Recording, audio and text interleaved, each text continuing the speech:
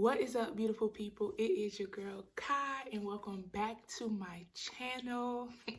I know your girl has been MIA, but it's okay, I thank you guys for continuing to just always rock with me and just support me, even just through my inconsistency. Y'all still ride for me, and I just appreciate that so much. But yes, the thing to being inconsistent is that you don't stay inconsistent. When you fall off, get back on. We all have our days, we all have our moments where we fall off, but the key is to get back on. And your girl is hopping back on the train, okay? I'm trying to get everything in order. 2021 is right around the corner. So I'm trying to start my positive and good habits now so that they could just roll over into the new year. So I was determined to get back on YouTube and get back posted in this month of December, this last month of 2020. So here I am. And yes, I will be doing a updated Q&A for you guys. I posted a poll on my Instagram and my Snapchat, and I asked you guys to leave me some questions. And shout out to everybody that commented. I definitely got a good amount of questions, and I appreciate everybody who took their time out to leave me a question. So we're not going to prolong this intro. I'm just going to jump right into the questions. So this first question is kind of going to be a combined question. Someone asked, what's one lesson you learned this year? And I got another question that says, one thing God has taught you in 2020. So those questions are kind of similar, so I'm gonna just merge the answer. So one thing I've definitely learned and that God has taught me in 2020 is that our plan is not always God's plan. Like, we can have these huge elaborate goals and just plan and timelines set up for our lives, and God can come and snatch that away in an instant, and he will surely get us together to put us on the path that he has for us, and in that moment, we may not realize what God is doing or what's going on, but ultimately, I trust that, God's plan is greater than anything that I can ever put together for myself. So, yeah. The next question is, what has changed in your life since you've been off of YouTube? Y'all, so much has changed in my life. Like, my personal life is like a whirlwind right now. Like, so much has changed. Things that I don't prefer to talk about right now on YouTube, just because it's my personal life, and I just don't really care to share right now. But in due time, I will definitely talk about everything that I've been going through this year and in this season of my life. Just because I truly believe that all of this is just going to be a part of my testimony ultimately. So in due time, I will definitely share everything that has been going on in my life off of YouTube. What is something you want to do in 2021 that you didn't do in 2020? So one thing that I definitely want to do next year, that I'm going to do next year, that I didn't get to do this year, is launch my merch line. So y'all stay tuned for that. Next question. How hard is it trying to break barriers from your generational curse? Trying to break generational cycles is definitely not easy. It has been hard, frustrating at times, draining, but it's rewarding at the same time, because God has clarified to me so many different times that I am breaking generational curses, that my bloodline has been waiting on me, and that I ultimately have to get things right, in order for there to be a change just within myself, within my family, and just, my future family that I'm going to create. So that's rewarding, just to know, that I'm doing something so great and powerful, not just for myself, but, for everybody that's coming up behind me, my nieces, my cousins, my little brothers and sisters, and even the people that I won't get to meet, even just when I'm dead and gone, that the change that I chose to make, you know, is going to benefit them and just every single person that's going to come after me and after my generation. So,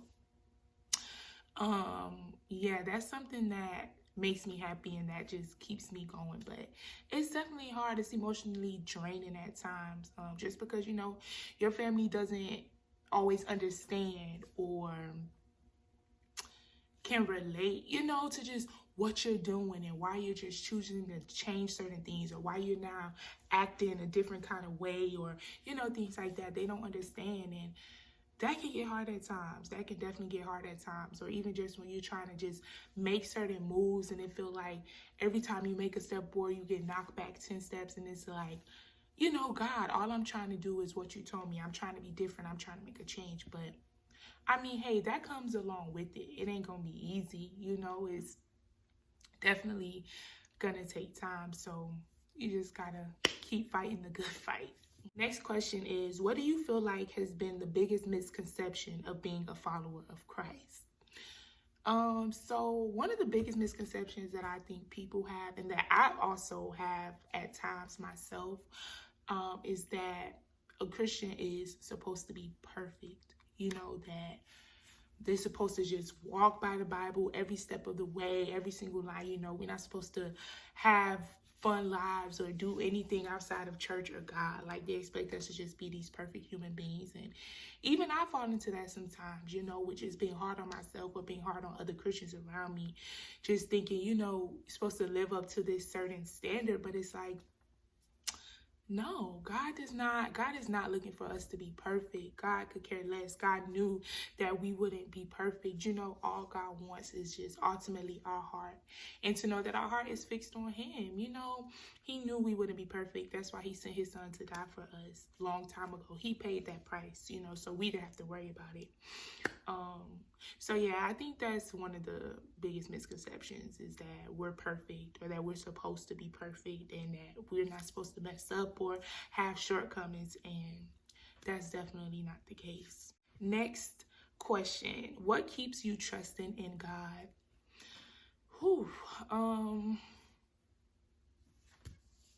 What keeps me trusting in God is ultimately, I believe, you know, I believe deep down inside. Even though I may get weary sometimes, I may get frustrated, my faith definitely, you know, waves sometimes. But ultimately, deep down, I believe.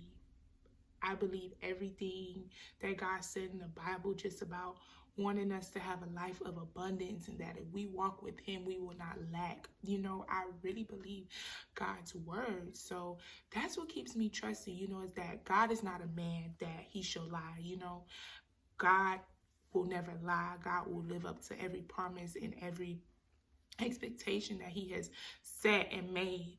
You know, so that really keeps me going, knowing that God is not going to lie, and that at some point my life has to turn around, because when God created me, he created me with a purpose, and he's going to see through that his plan, you know, follows through. And so that's what keeps me believing that everything will turn around, you know. And also, what another thing that just keeps me trusting in God is seeing what God does in other people's lives around me. You know, just through like my sister or like my friends, seeing what God does for them definitely just builds my faith back up and just keeps me hoping and believing in him. How old are you? Do you go to school? So yes, I go to school. I am studying early childhood development, for anybody that did not know. And how old am I? I am 22, y'all. My birthday is in about 3 weeks. I was born on New Year's Day, so I will be 23. So I guess technically I'm 23 because my birthday is almost here. Next, what is your favorite gospel song? So I guess right now, two of my favorite gospel songs will have to be Change Me by Tamala Man and I'm Getting Ready by Tasha Cobbs Leonard. Do you know what you will be doing after you graduate college? No. I do not know what I will be doing after I graduate. I know that's probably something that I should be figuring out, but way my life is going right now and the way the world has been going, I'm just really taking everything a step at a time. And I will cross that bridge when the time gets a little closer. So this next question has a couple different parts. So it says, biggest regret, what is your purpose? If you're still looking, what's that process like? And your views on Black Lives Matter. So I'll start with the first one, biggest regret. So when I had saw this question, I really thought about it. And I know this is probably like a cliche answer, but I don't really regret anything. And let me tell you why. I used to be like, oh, well, I regret being with this person or doing this with that person, referring to like guys that I've dealt with or things like that. But honestly, I don't really regret anything, because if I hadn't gone through those experiences or allowed certain things to happen in my life, then I wouldn't have been able to reach a point of growth, or learn from those certain things, So I don't think I regret anything, because ultimately all of it led me to where I am now. If I take back dealing with certain guys, then I probably wouldn't be here where I am now, just with learning so much about my worth and now valuing myself more. So yeah, I don't really regret anything, because it got me to where I am now. And ultimately, why regret it if I can't change it? I can't go back in the past and change anything that I did, or it happened and it's gone now, it's done, and all I can do is move forward. So yeah. So what's your purpose? If you're still looking, what's the process? So I don't fully know my purpose. I think I have an idea of my purpose. And part of my purpose, I definitely know, is education, which is what I'm studying in school. I have a strong passion for education, and that's just something that has been consistent in my life. Just being in the education field and working with children, I know that is definitely a part of my purpose. And even just this YouTube and just spreading God's word, and this part of my life is definitely a piece of my purpose. Exactly the direction, or what God wants me to do with spreading his word and how to execute that, it's still kind of a little, I'm still trying to figure that part out, or still working on just fully grasping and understanding that part. But the process of finding my purpose, I haven't really been heavily in searching for my purpose anymore. I used to really be on it. But now I just kind of feel bad, not for any specific reason, just, life just goes. But I still pray about it. I definitely always pray for just direction and guidance about that piece of my life. But when I was heavily looking, I would just be reading books just about, about just purpose, and reading people's experiences, and even just watching different YouTube videos on that talk about how to find your purpose, or how to determine if something is your purpose. So that's kind of what I was doing when I was really seeking it, and even just like journaling and just really doing self-reflection to see what things in your life has been consistent, or what answers have you been getting from God about certain things. So yeah. And the last part of the question is my views on Black Lives Matter. Black lives do matter. I'm definitely here for the movement. I don't believe that saying Black Lives Matter neglects any other race or dismisses any other race. All we're simply saying is that in this moment, our lives matter more. We are the ones getting shot down and killed in the street like stray animals. We're the ones constantly dying or being locked away.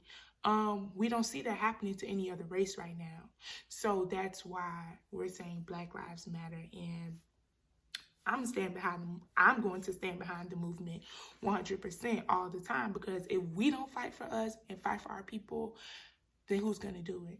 Nobody else is going to stand up for us or try to fight, you know, just for our protection and for our freedom and for our rights as human beings. Nobody else is going to do it if we don't do it. So I definitely support Black Lives Matter. And again, saying Black Lives Matter does not dismiss or neglect any other race.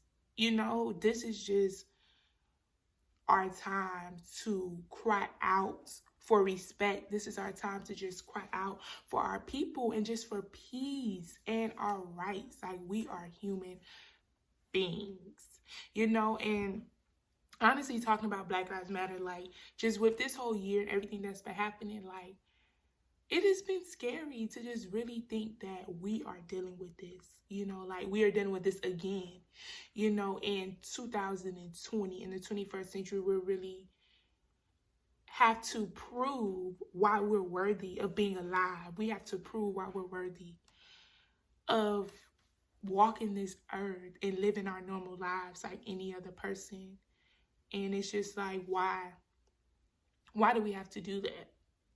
You know, we cannot control. That's something I would never understand. We cannot control the color that we were born. We had no choice over that. So to be just discriminated against, disrespected, killed, and all the above because of the color of our skin is just, it's really saddening. Like, it's really heartbreaking and scary. You know, it's really scary. Like, I used to just fear for the Black men in my life, my brothers, my cousins, my friends. But now it's just not Black men. You know, I fear for myself, for my sisters, for my mother, like for my nieces, for every Black person in my life, because it's not just Black men anymore. Like, they want to take us all out, you know. So I'm going to always stand behind Black Lives Matter because it does matter. And like I said, we don't fight for us. If we don't demand our own respect for ourselves, then nobody's going to do it for us. Next, how have you been and what has God shown you about yourself in this season? So the first question, how have I been? Y'all, to be honest, I don't even know how to answer that question these days anymore. Because, you know, like when somebody asks you how you're doing, like, if you're doing bad, like, or I guess maybe this is just me, like, you don't want to be like, oh, I'm doing bad, or I'm having a bad day. Like, you don't want people to just feel like you're moping or you're always upset. You know, you try to push through and find the positivity and be like, oh, I'm good, when you're really not good. So I don't know how to answer that question no more, because I really get tired of saying I'm good or I'm all right when I'm really not, you know? And I think it's important to acknowledge your feelings and your emotions. So how have I been? I'm alive. I'm grateful that I'm alive and I'm here, but honestly, I haven't been doing the best, but I count my blessings, you know. I'm grateful for what I do have. So yeah. And what has God shown you about yourself in this season? And that kind of goes with this other question that I got that says, what has 2020 taught you about yourself? So those questions are kind of similar, so I'll just merge them. I'm going to be doing a video soon on just what I've been learning in this season of my life and what God's been teaching me. So one thing God has shown me about myself in 2020 has definitely shown me about myself is that I care too much about other people's feelings. I consider people way too much. And I'm not saying that in a negative way. I'm not saying it in a bad way. That's just something 2020 has shown me, you know, and that sometimes me constantly putting other people's feelings before mine and constantly considering other people before I even consider myself, that's not always good for me. That puts me in a bad space, or that hinders me and stopping me from what I need to be doing, you know, ultimately where I need to be. So yeah, 2020 has definitely shown me that I'm a super considerate person, and I'm always considering others people's feelings before my own. So next it says, how is living on your own with your new place and everything? So living on my own, I've been living on my own since like 2018. And yeah, living on my own, it is hard. It is not easy. Bills and just everything that else comes with it can take a toll on you. But ultimately, I really love it. I love being in my own space. And just kind of having that independency, you know. I don't even know if that's a word. But yeah, having that independence and just kind of having your own place where it's like, it's just so peaceful, you know. You can get in your kitchen and cook what you want to cook. You can buy what you want to buy. You can decorate how you want to decorate. If you want to leave dishes in the sink for 2 or 3 days, you can do that without anybody breathing down your neck or something like that. It's peaceful. Like, I just really like being in my own space. I enjoy it. And the last question that I got was, do you recommend your apartment? And yes, I would definitely recommend my apartments. I lived in student housing, so it's like apartment for college students. So I definitely recommend them because it helps you save on just a bunch of bills. Like, all of your bills are just made and compiled into one with your rent. So I would definitely recommend student college apartments. For anybody that just is, you know, making that first step to move out on their own and get their own place. That's definitely a recommendation that I will make. So that is the end of this video, y'all. I feel like I was all over the place, but hopefully I was not. I hope y'all enjoyed this video. I hope y'all missed me just as much as I missed y'all, because I really did miss recording. But it's hard, y'all, to just keep up with YouTube and just recording when I just have so much going on in my personal life. And half the time, I don't even have the energy or the motivation to give to things that I need to give it to. So trying to find the extra energy for YouTube, it gets difficult. But I'm definitely going to keep trying to push through and do this because I don't want to just show y'all the good, you know, when my life is up. And I think that's also something God has been trying to tell me, you know, that to keep doing YouTube and keep recording, even when my life is not all glitz and glam and everything is not perfect. Because if we're being realistic, not everybody's life is always glitz and glamour.